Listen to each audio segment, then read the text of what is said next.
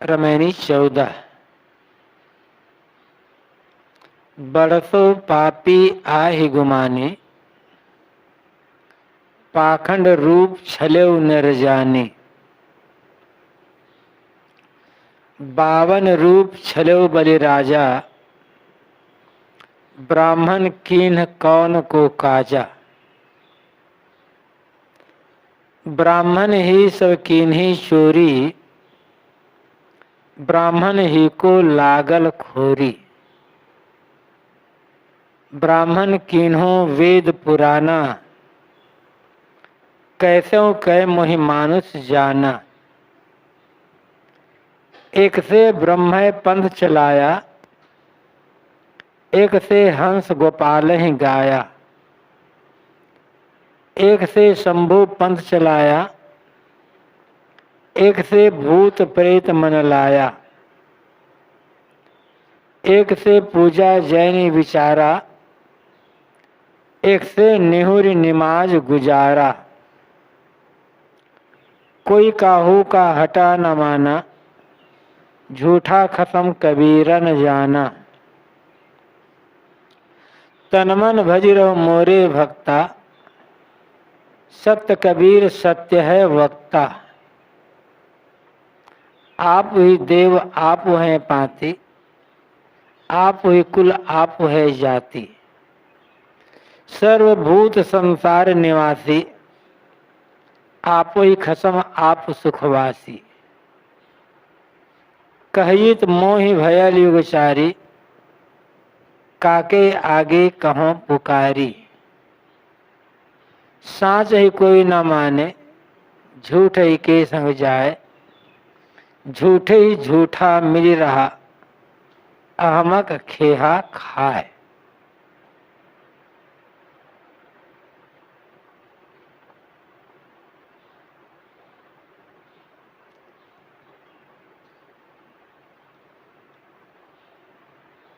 बरसो पापी आहि गुमानी, वह आदमी बड़ा पापी है जिसे इस बात का अहंकार है कि हम जन्मजात कुलीन हैं और दूसरे मनुष्यों से श्रेष्ठ हैं। जिसे अपने जन्मना जाति का अहंकार है,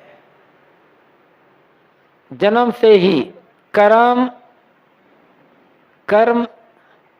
चरित्र आचरण स्वभाव व्यवहार से कोई मतलब नहीं है।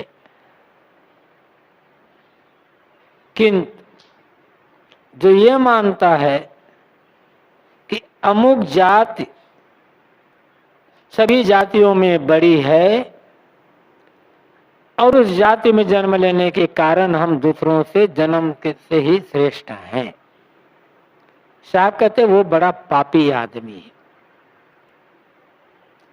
उसके ख्याल से मनुष्यता का मूल्य नहीं है, कर्म आचरण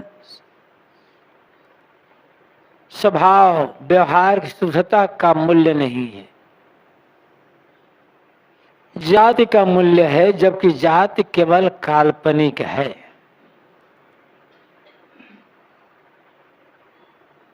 क्योंकि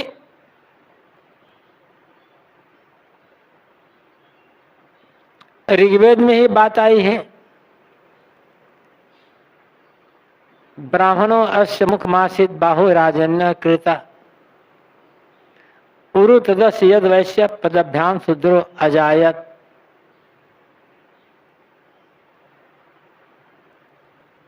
वहां कहा तो ये गया है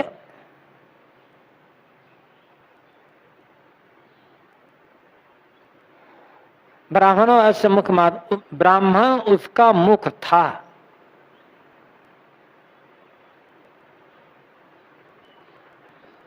क्षत्रिय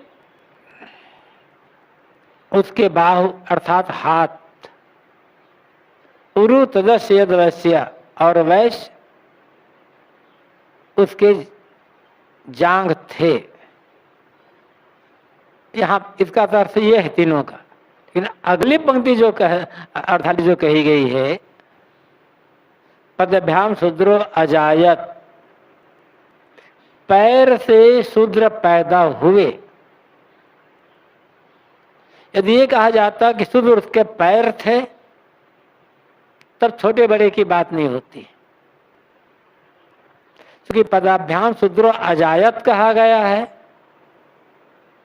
कि शूद्र से पैर से शूद्र पैदा हुए, तो यह मान लिया गया कि ब्राह्मण भगवान के मूड से पैदा हुए, भगवान के सिर से पैदा हुए। फिर अर्थ यह निकलता सब के जाकर के,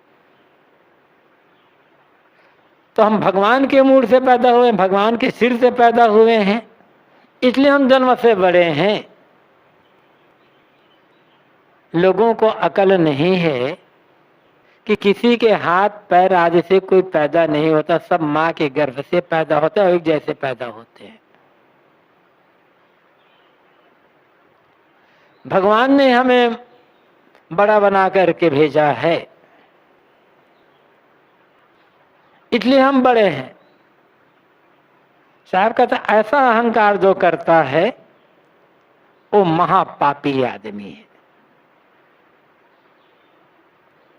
साहब की अर्धाली एकदम क्रांति की बात है।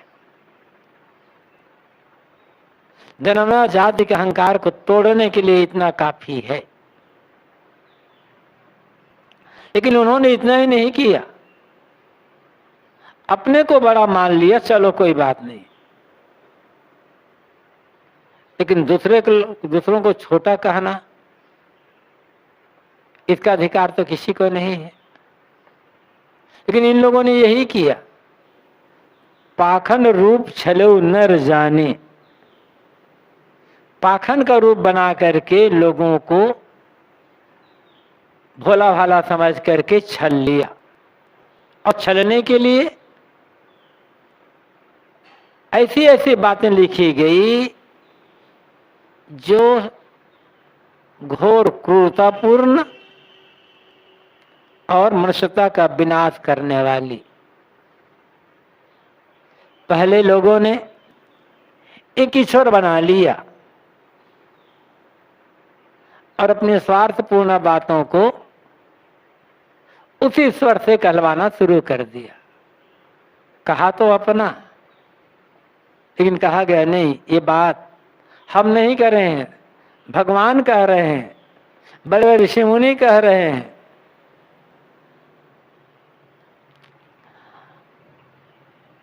और फिर जिन्हें शूद्र कहा गया उनके लिए अजीब अजीब बातें लिखी गई।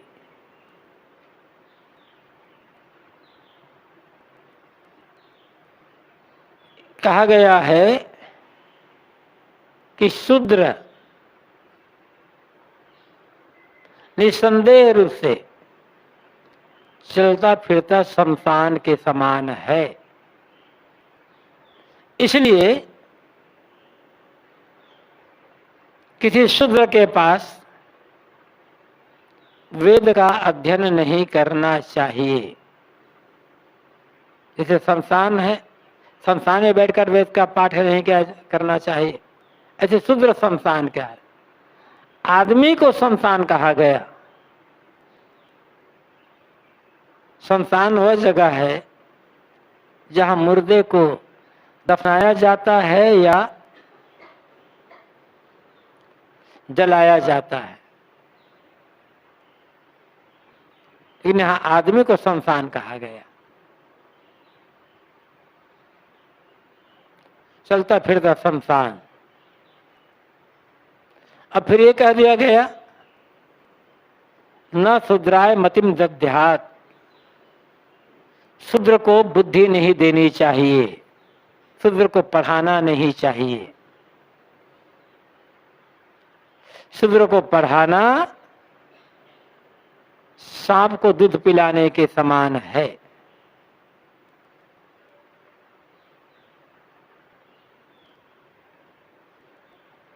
और पता नहीं कैसे कैसे कहा गया। और बड़े बड़े लोगों ने के नाम का नाम दिया गया।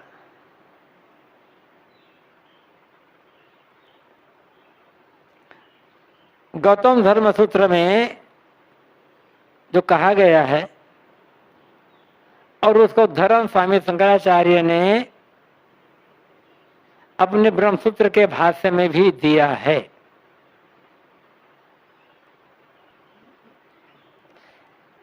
इतनी क्रूरतापूर्ण बात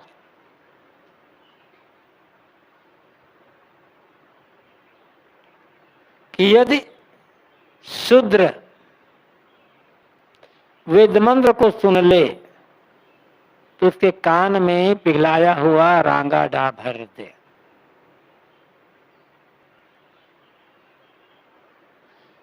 शूद्र यदि वेद मंत्रों का उच्चारण करे तो उसकी जीभा खींच करके निकाल देनी चाहिए। और कहीं शूद्र वेद मंत्रों को याद कर ले तब उसको मार डालना चाहिए। और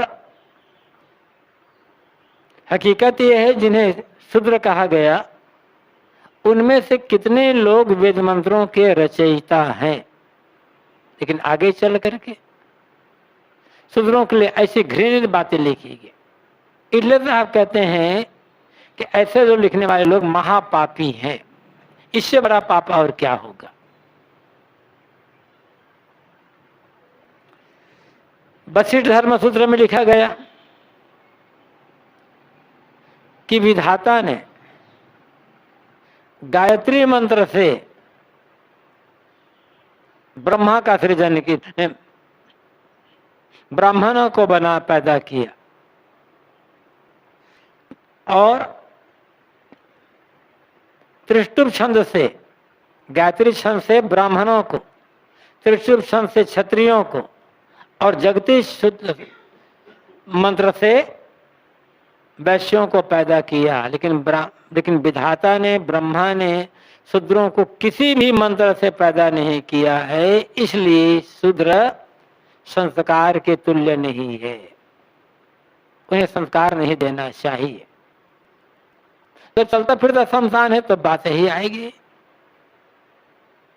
ये पाखंड है।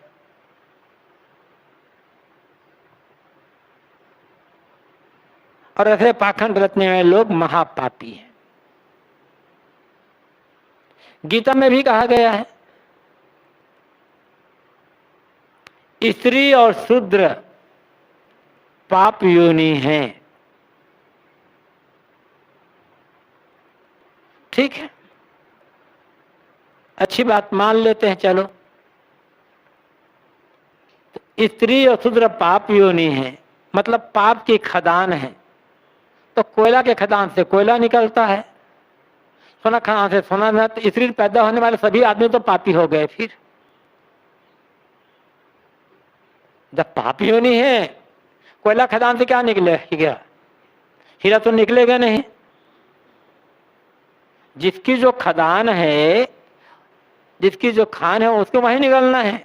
जब स्त्री पाप योनि है, पाप की खदान है, स्त्री पैदा होने सभी लोग पापी हैं। ये लिखने वाले लोग भी पापी हैं, फिर ऐसा कहने वाले लोग भी पापी हैं।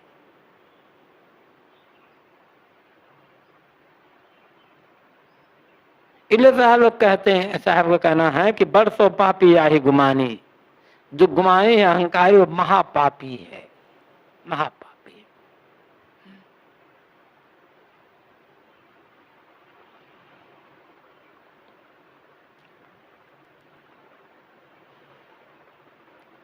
सपंतम घनंतम परसम वदंतम, ये जो मंत्र है विष्णु पुराण का, कि ब्राह्मण श्राप देता हो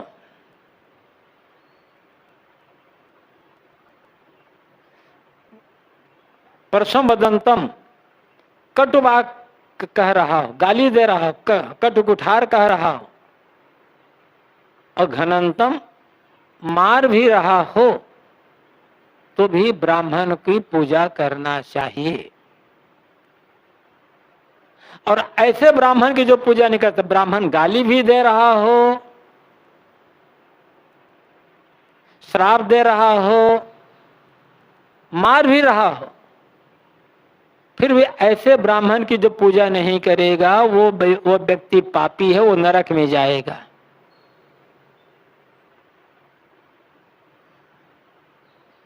इसलिए गोस्वामी जी ने इसी का अनुवाद किया, शापत तारत पर्श कहंता पूज्य विप्रस गाव ही संता। ब्राह्मण चाहे श्राप देता हो, ताड़ना देता हो, कटवा के तो भी संलग कहते हैं कि ब्राह्मण पूजनीय है।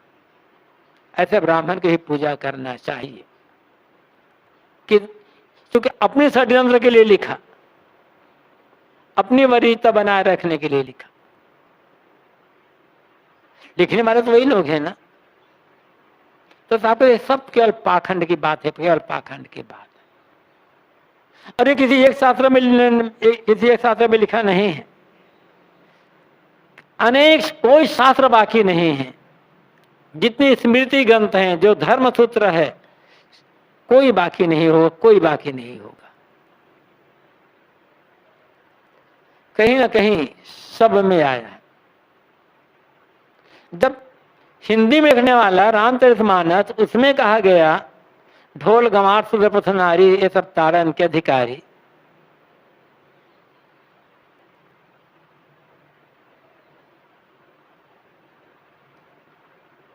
और पूजी भी प्रशील गुणहीना शूद्र गुणगन ज्ञान प्रवीणा सापत ताड़ा प्रस कहता पुत्र भी गावन। तो और क्या कहोगे?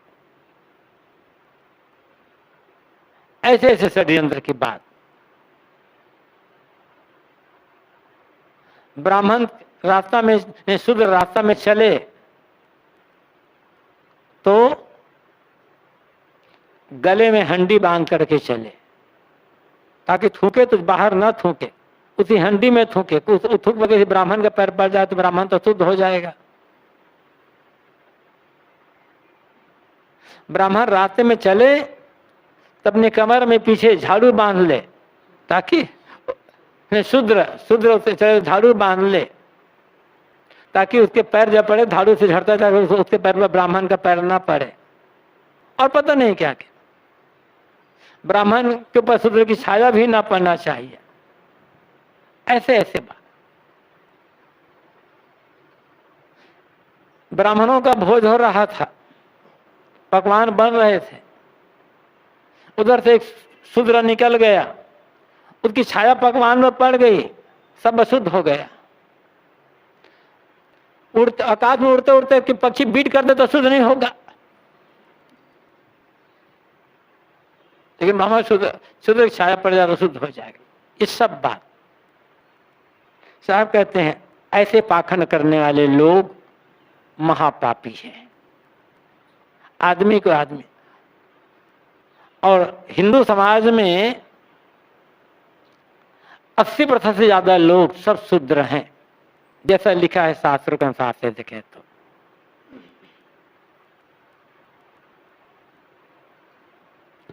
अभी बात साहब काशी में रह करके कहते हैं।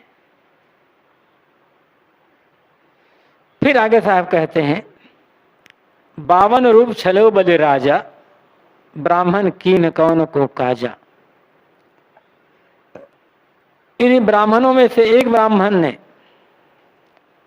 वामन का रूप बना करके राजा बलि को छल लिया। ये बताओ, ब्राह्मण ने किसके भले की बात कही है? अपने भले के लिए बात,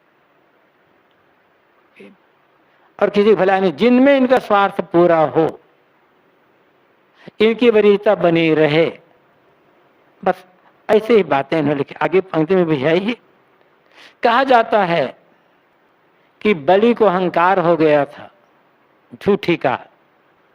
जहां बलि का वर्णन आया है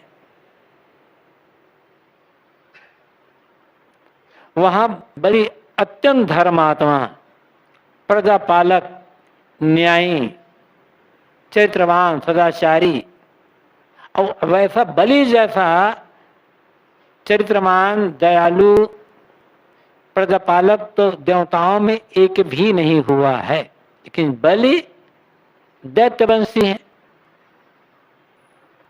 इसलिए बलि के साथ छल किया गया।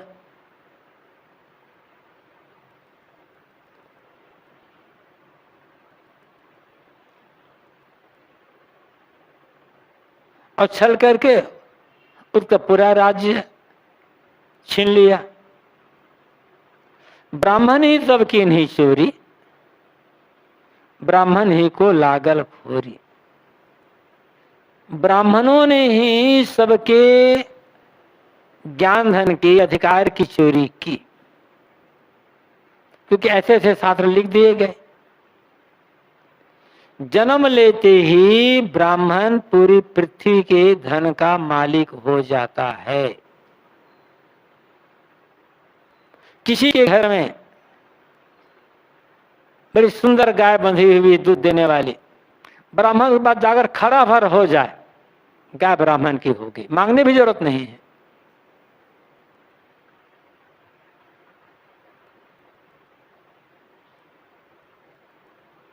ये तो है। 5 साल का ब्राह्मण का बच्चा,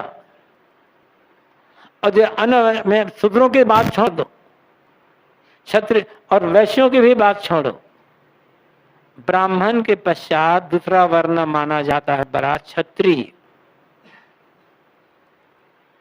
तो 5 साल का ब्राह्मण का बच्चा और 80 साल का बूढ़ा क्षत्रिय, दोनों यदि आमने सामने हों तो 5 साल का बूढ़ा, 5 साल का बच्चा ब्राह्मण पिता के समान है, और 80 साल का बूढ़ा क्षत्रिय बेटे समान है। उसको चाहिए कि 5 साल के ब्राह्मण बच्चे को प्रणाम करे। ये चोरी ही है एक प्रकार से। और जब क्षत्रिय का हाल ये है तो अन्य दो वालों का तो और क्या कहोगे। तो आप कहते हैं सबके अधिकार धन की चोरी, सबके मानवता की चोरी इन ब्राह्मणों ने ही की है। इसलिए सारा दोष ब्राह्मणों पर ही जाएगा। ब्राह्मण किन्हो वेद पुराना, कैसे के मोहि मानुष जाना। ब्राह्मणों ने इस प्रकार से वे शास्त्र की रचना की कि किसी प्रकार से लोग हमें बड़ा माने, हमारी वरीयता बनी रहे। डराया गया, लोगों को धमकाया गया और ब्राह्मणों की मिथ्या महिमा बताई गई। ब्राह्मण आग के समान है, जो कह देगा सब हो जाएगा। और दूसरों के लिए तो चलता फिर तो शूद्र के समान है।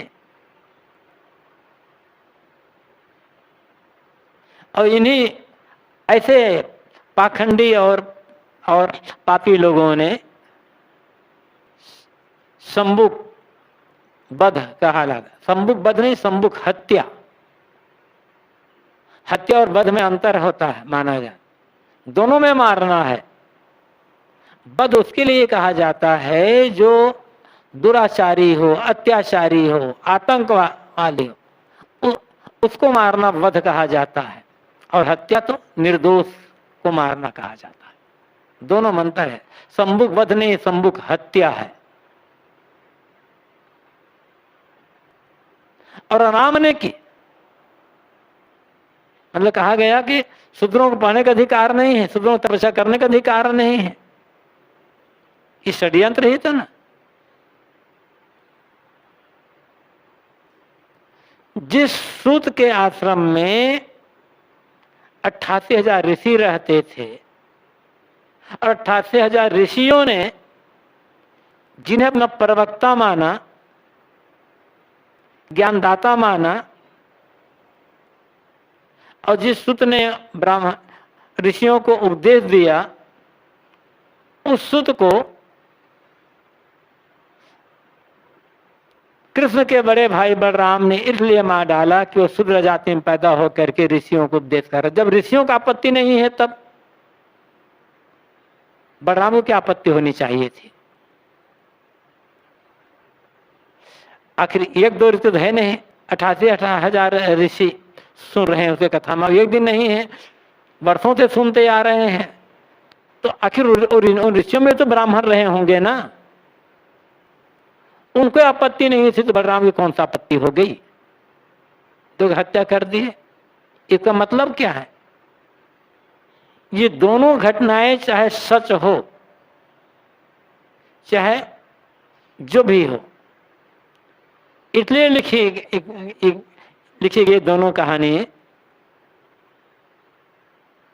कि शूद्रों को देखो, जब भगवान ने भी सहन नहीं किया शूद्र की तपस्या करने को, भगवान ने भी सहन नहीं किया कि शूद्र उपदेश करे, षड्यंत्र कि तुम्हें पढ़ना नहीं है, तुम्हें पढ़ना नहीं करना। लिखने वाले कौन? पूछ लिए होते, शूद्रों की एक मीटिंग बुला ली गई होती, अब पूछ लिए गए होते, देखो हम लिख रहे हैं ऐसा था तुम्हारे बारे में, तुम लोग मानोगे कि नहीं मानोगे? हाँ, तो लोग कहते हैं ठीक है साहब, हम लोग मान लेंगे, हम लोग नीच हैं, ये ऐसा है वैसा है, आप जो लिखोगे ना हम लोग मान लेंगे। तब तो बात ठीक है, बुलाकर पूछा लिखा गया क्या किसी को?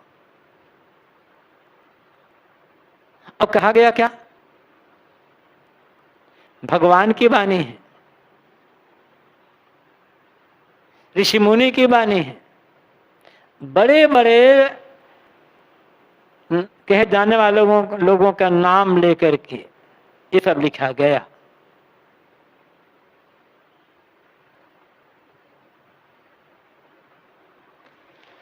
कैसे के मुहि मानुष जाने, साहब किसी प्रकार से हमें लोग मानुष जाने मतलब, मैं हमारा जाने मतलब बड़ा समझे, पूजनीय समझे, आदरणीय समझे, हर बात में हमें आदर दे, दूसरा अधिकार नहीं। और चालाकी ऐसी है कि जब हार जाते हैं तब मिलाने की कोशिश। छत्तीसगढ़ में यामिनी साहू लेक्चरर है कॉलेज में, उन्होंने भागवत कथा कहना शुरू किया। ब्राह्मण लोग एकदम खफा हो गए, बहुत धमकाया उन्हें, उनकी कथा को भंग करने का प्रयास किया, उत्पात करने का प्रयास किया, ऐसे किया, लेकिन वो भी दृढ़ रही और कहा आइए सामने हम बात कर लेते हैं, आखिर जानकार तो है।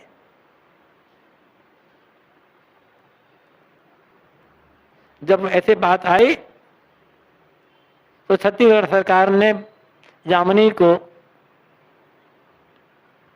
पुलिस प्रोटेक्शन दिया। तो बाद में ब्राह्मणों बुला कर तो उसको प्रमाण पत्र दे जाइए, आपको हम प्रमाण पत्र देते हैं, आप कथा कह सकते हैं, अब नहीं करो तो क्या करें।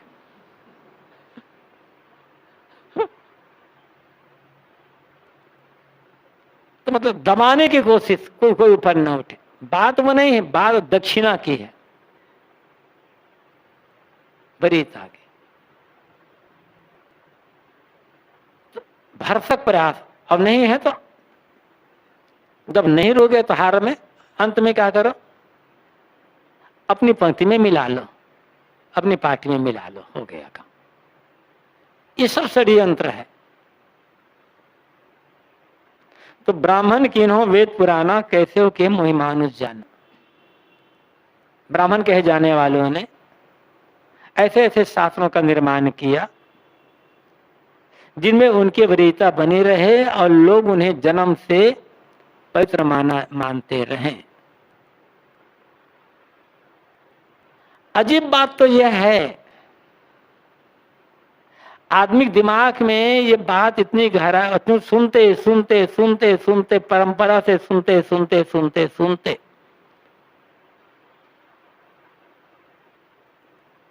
दिमाग में ये बात बैठ गई। आज बड़े बड़े इंजीनियर बड़े बड़े डॉक्टर, बड़े बड़े डिग्री जिन्होंने पीएचडी किया है, ऐसे लोग भी उस ब्राह्मण के पास अपनी कुंडली बनाए जाते हैं जो 5वीं फेल हो चुका है बेचारा, तो भरा हुआ है दिमाग में बात। सुनते सुनते सुनते ये सब षड्यंत्र की बात।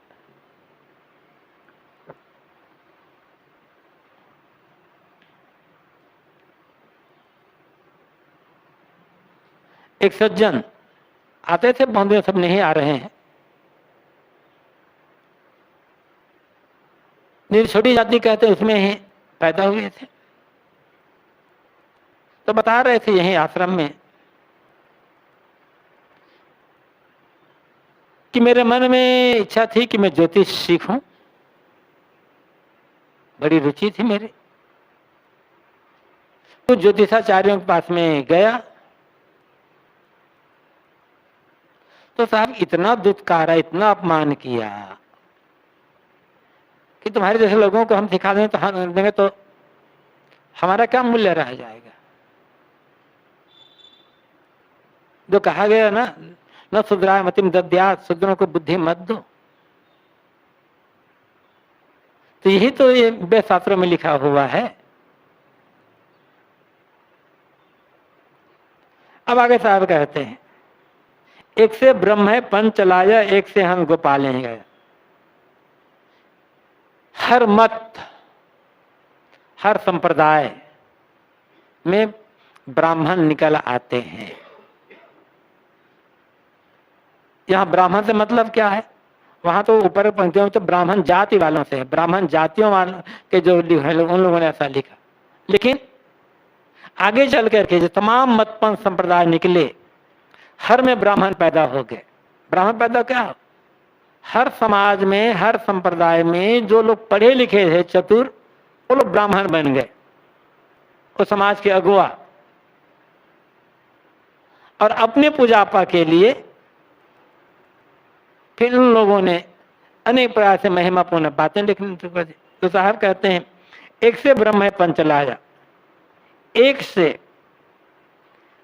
ब्राह्मण कहे जाने वालों में से उस संप्रदाय में जो ब्राह्मण बन गए, उन लोगों ने ब्रह्मा का पन चलाया, कर्मकांड का पन चलाया, या ये माना कि संसार में एक ही ब्रह्म है, उसके अलावा दूसरा कुछ नहीं है। लेकिन ब्रह्म पंच मतलब कर्मकांड का पर, ब्रह्मा कर्मकांडी माने जाते हैं कि कर्मकांड से ही गति मुक्ति होगी, कर्मकांड ही कल्याण का रास्ता है। न भक्ति की आवश्यकता, न ये की आवश्यकता, न किसी की आवश्यकता, केवल कर्मकांड, केवल कर्मकांड। ये पूजा करो, वो पूजा करो, ऐसा हवन करो, वैसा हवन करो, ये यज्ञ कर लो, सारे पाप कट जाएंगे, सारी रिद्धि सिद्धि मिल जाएगी, मरने के बाद स्वर्ग मिल जाएगा, इसका रास्ता चलाया गया। एक से हंस गोपाल ही गाया और एक से श्री कृष्ण को पूर्ण परमात्मा मान करके उसका रास्ता चलाया गया। और कुछ ऐसे लोग निकल गए, कृष्ण के नाम पर रासलीला लिखी गई, तमाम गोपियों के साथ नाचना कूदना लिखा गया।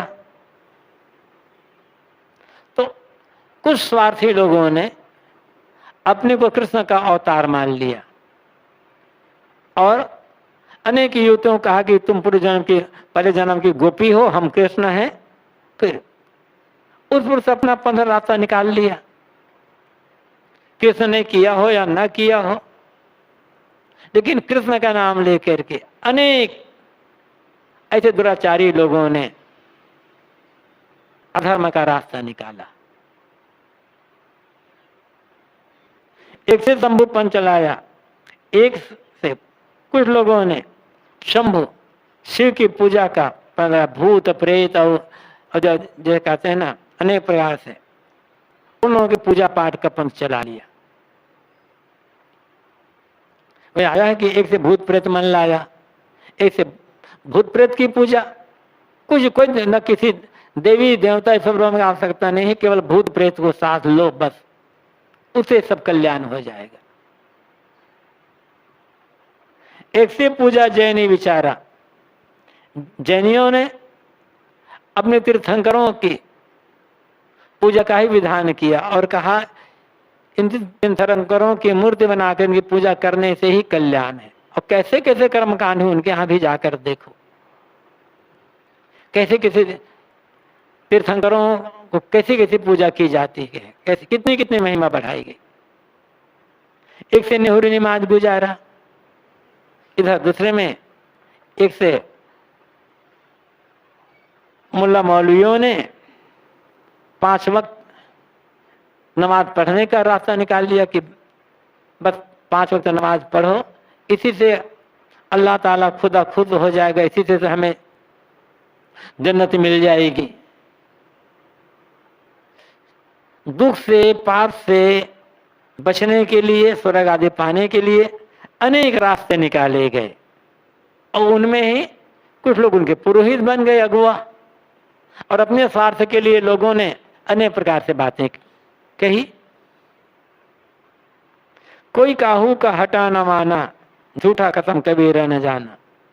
कोई किसी का कहना नहीं मानते, किसी का रोकना नहीं मानते। सबको अपने अपने मत पंथ का अहंकार और सबको अपने को बड़ा मानने का अहंकार कि हम ही स्वर्ग के रास्ते में हैं, हम ही खुदा के रास्ते पर, हम ही भगवान के रास्ते पर, हमारे मत से कल्याण होगा, हम ही सत्य के ठेकेदार हैं। सबका अहंकार, किसी का समझाना, किसी का रोकना कोई मानने को तैयार नहीं है। जहां अहंकार आया,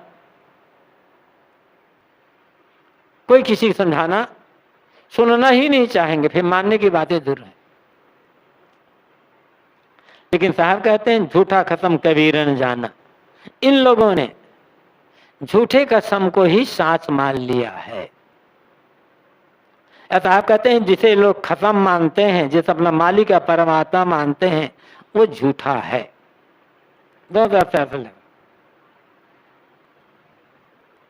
झूठी बात को ही इन लोगों ने सच मान लिया है और उसी झूठी बात को सच मानकर उसी के पीछे दौड़ रहे हैं। लेकिन झूठी बातों से कल्याण किसका होगा?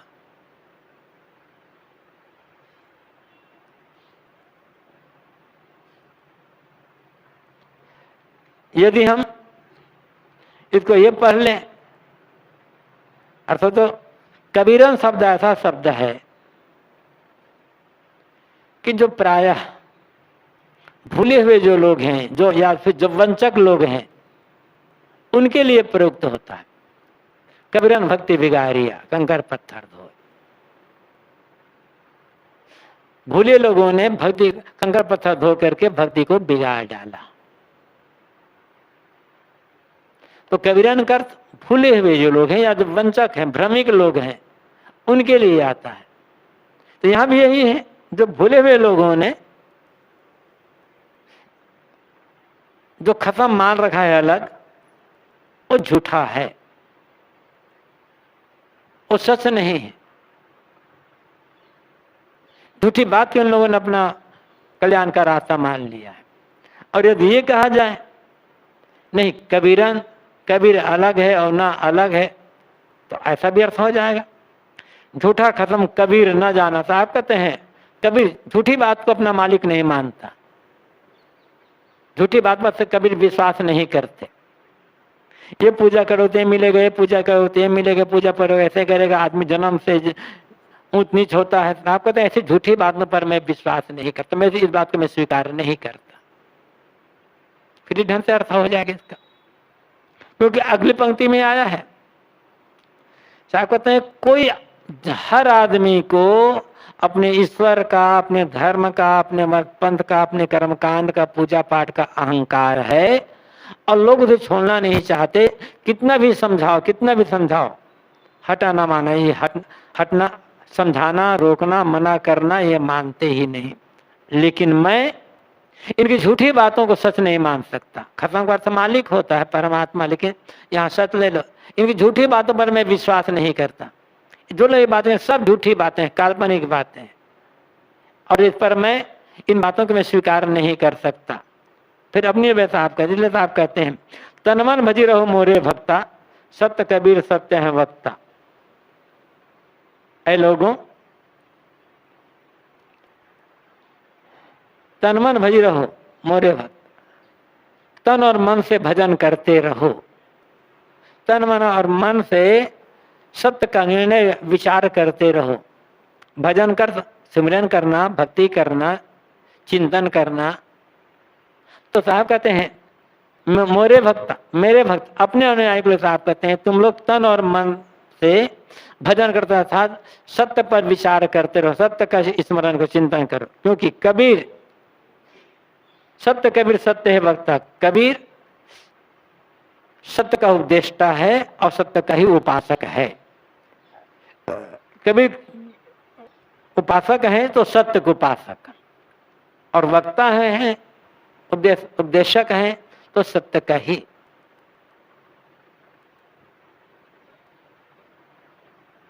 इसलिए तुम भी तन मन भजन, तन और मन से सत्य का ही भजन करो, सत्य को ही स्वीकार करो, सच बात पर ही विश्वास करो, झूठी बात पर विश्वास मत करना। आपु ही देव आपु हैं पाती, आप ही कुल आप हैं जाति। याद रखो तुम स्वयं देव हो, तुम देवों का देव हो। तुम्हें किसी और देव की उपासना करने की आवश्यकता नहीं है। तुम किस देव को खुद करना चाहते हो? जिन देवों को तुम खुद करना चाहते हो तो तुम्हारा बनाया हुआ है, तुम्हारी कल्पना है। सबसे बड़ा देव तुम स्वयं, और आप उन्हें पाते। उस देव की पूजा के लिए तुम स्वयं ही फूल पत्ते हो। मतलब ये आत्मा, ये जो जीव है, परम देव है। इसकी पूजा के लिए फल पत्ती क्या है? आत्मस्मरण। इसलिए तुम्हारा परमात्मा तुम खो स्वयं, और आत्मस्मरण करना है, आत्मचिंतन करना, यही उसकी पूजा है, ये भक्ति के लिए करना है। आप ही कुल आप ही जाति। तुम स्वयं अपना कुल हो, हम अपनी जाति हो। जीव का कोई कुल नहीं होता, जीव की कोई जाति नहीं होती।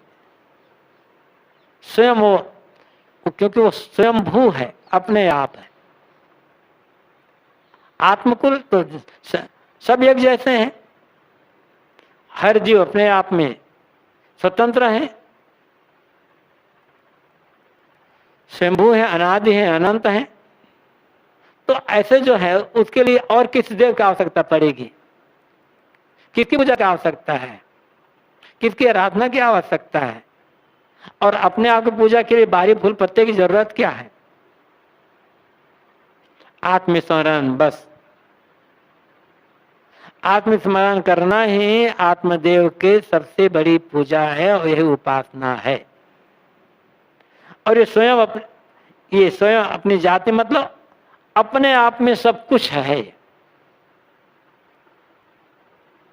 वैसे बाहरी और कुल जाति की आवश्यकता नहीं है।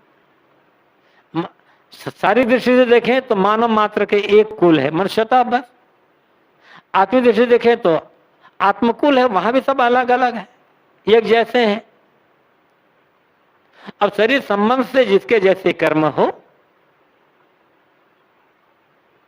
कर्म बड़ा होता है, कोई कुल और जाति बड़े नहीं हैं।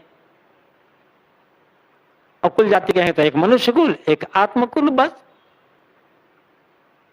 और इसमें कुल जाति का भेद कहां से आ जाएगा? जितने जीव हैं मूल रूप में एक है, वहां पर किसी के कुल जाति नहीं, मतलब कोई छोटा बड़ा नहीं है। ऊंच नीच है मध्य की बानी, एक है पवनी एक पास। आपको देखिए ऊंच नीच तो बीच की बात आ गई। मूल रूप में कोई ऊंच नीच नहीं है। सर्वभूत संसार निवासी, आप ही खत्म आप सुखवासी। संसार में निवास करने वाले जितने भी जीव हैं, आप ही खत्म, अपना मालिक, अपना ईश्वर, अपना परमात्मा स्वयं ही है वो। आप सुखवासी। अपने से बिना जो कुछ भी है सबकी आसक्ति को छोड़ करके स्वयं यह सुख के राशि हो सकता है। इसे अपने सुख के लिए, अपने कल्याण के लिए किसी में मिलना नहीं है, कहीं जाना नहीं है, किसी को पुकारना नहीं है। जब स्वयं अपना मालिक है, स्वयं अपना विधाता है, तो जहां जहां अपना मार रखा है वो सबको छोड़ दे और अपनी ओर लौट आए। आत्मलीन हो गए, बस सुखवासी हो गए, सुख में हो गए। ये सुख स्वरूप है ही। तो साहब कहते हैं जितने भी जीव हैं, सर्वभूत, संसार में निवास करने वाले जितने जीव हैं, अपना अपना मालिक सब स्वयं है। इसके ऊपर कोई और दूसरा मालिक नहीं है।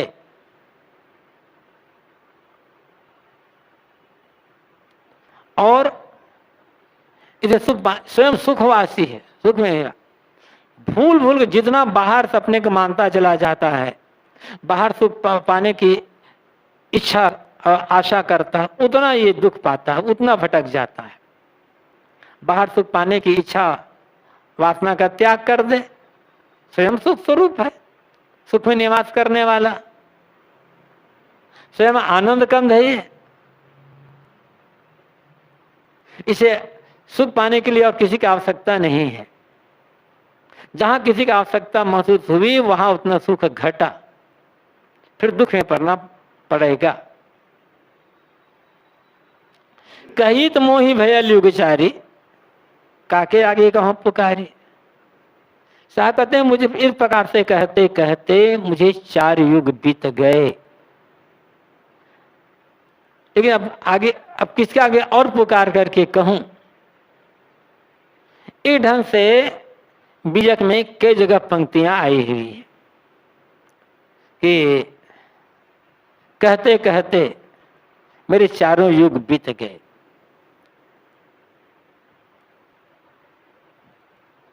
लेकिन इस 4 युग का अर्थ क्या है?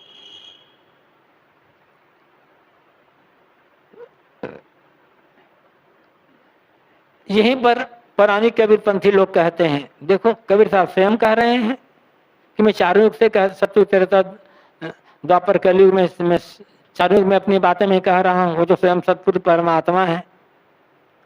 तो जब सबके पाखंड का खंडन करने वाले कबीर अपने लिए पाखंड की बात कैसे करेंगे? और अपने लिए पाखंड की बात करने वाला दूसरे पाखंड का खंडन कैसे कर सकते हैं? ये कबीर इस अपने लिए पाखंड की बात करते, उसी समय उनकी बातों को काट दिया गया होता।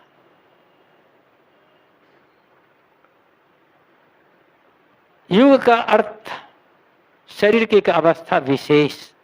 4 युग मतलब जीवन के 4 पन। युग का अर्थ के 5 साल की अवधि है, कि 50 साल की अवधि के 5000 साल की अवधि है, और कहीं भाई बहुत थोड़ा समय है, जीवन का एक कालखंड है।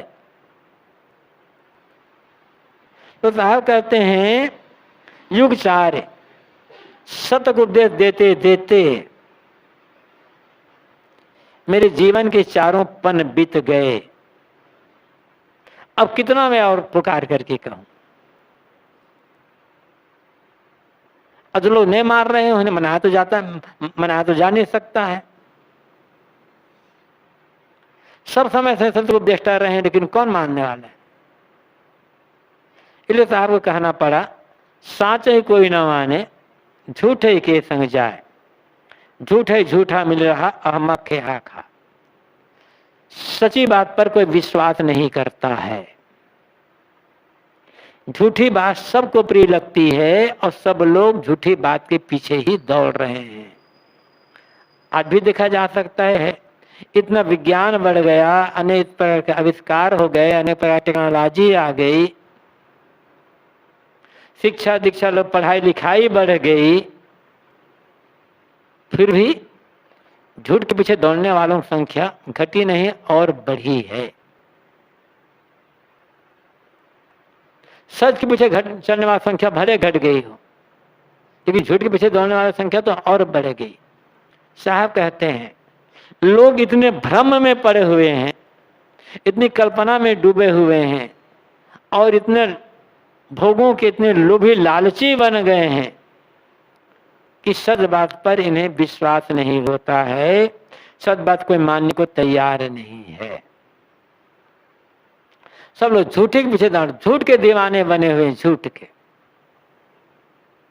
झूठे लोग झूठे लोगों से मिल रहे हैं और अंत में ये ज्ञानी धूल ही फाड़ते हैं। इन्हें पश्चाताप करना होता है।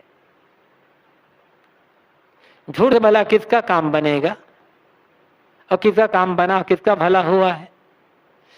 झूठ के पीछे दौड़ने वालों को अंत में धोखा ही मिलेगा और पश्चाताप ही मिलेगा, लेकिन तब समय बीत गया होगा। झूठ का त्याग करके सत्य के रास्ते में चलने के लिए न शरीर में शक्ति होगी और न फिर उसके पास समय होगा। केवल पश्चाताप हाथ आएगा। जो लोग पहले से ही सत्य के मार्ग पर चलते हैं उन्हें पश्चाताप नहीं करना पड़ता। सत्य के मार्ग पर चलने वाले को पहले कठिनाई होती है, क्योंकि सत्य के मार्ग पर चलने वालों के रास्ते में अनेक लोग रोड अटकाते हैं। अपने कह जाने वाले लोग भी साथ छोड़ देते हैं, लेकिन जो किसी की परवाह नहीं करता वो आगे बढ़ता चला जाता है और जीवन भर निर्भीक होकर के भी व्यतीत करता है। लेकिन झूठ पर चलने वालों को अंत में पश्चाताप करते हैं। साहब कहते हैं मनुष्य मनुष्य है, जन्म से कोई छोटा बड़ा नहीं होता है। मर्थों में कोई छोटा बड़ा माना जाए तो कर्म, आचरण, ज्ञान, चरित्र, त्याग तब के आधार पर छोटा बड़ा मानना चाहिए। चरित्र, आचरण, कर्म की परवाह किए बिना ये मान लेना कि अमुक आदमी अमुक जाति में पैदा हुआ है इसलिए जन्म से बड़ा है, अमुक आदमी अमुक जाति में पैदा इसलिए जन्म से छोटा है, कर्म प्रधानता नहीं जाति की प्रधानता, ये बात झूठी है। साहब कहते हैं आदमी केवल आदमी है, जन्म से कोई आदमी छोटा बड़ा नहीं होता, कर्म से छोटा बड़ा होता है। और आदमी को, किसी भी मनुष्य को अपने उद्धार के लिए कर्मकांड की भूल भुलैया में नहीं पड़ना है, किंतु आत्मशोधन करना है। और किसी को पुकारने की आवश्यकता नहीं है। अपना खसम, अपना मालिक ये मनुष्य स्वयं है, ये जी स्वयं है, इसलिए पुकारना नहीं है किसी को। साहब कहते हैं ये साच बात, लेकिन लोग इसे मानने को तैयार नहीं है। जाति को बड़ा मान लिया, जाति छोटे बड़ा मान लिया, जाति के आधार पर छोटा बड़ा मान लिया, कर्मकांड की में मान लिया कि ये पूजा वो पूजा से ही कल्याण होगा और हमारा त्राता, हमारा उद्धारक दूसरा है। लोग पुकार रहे हैं, ये झूठी बात पीछे लोग दौड़े जा रहे हैं, क्योंकि झूठी बात कहने वाले बहुत लोग हैं, लेकिन अंत में इन्हें धोखा खाना पड़ता है और पछताते पछताते लोग यहाँ से विदा हो जाते हैं। जिन्होंने सत्य को पकड़ा और निर्भय होकर के जीवन जिया और सत्य को उपासक को कभी पछताना नहीं पड़ता है।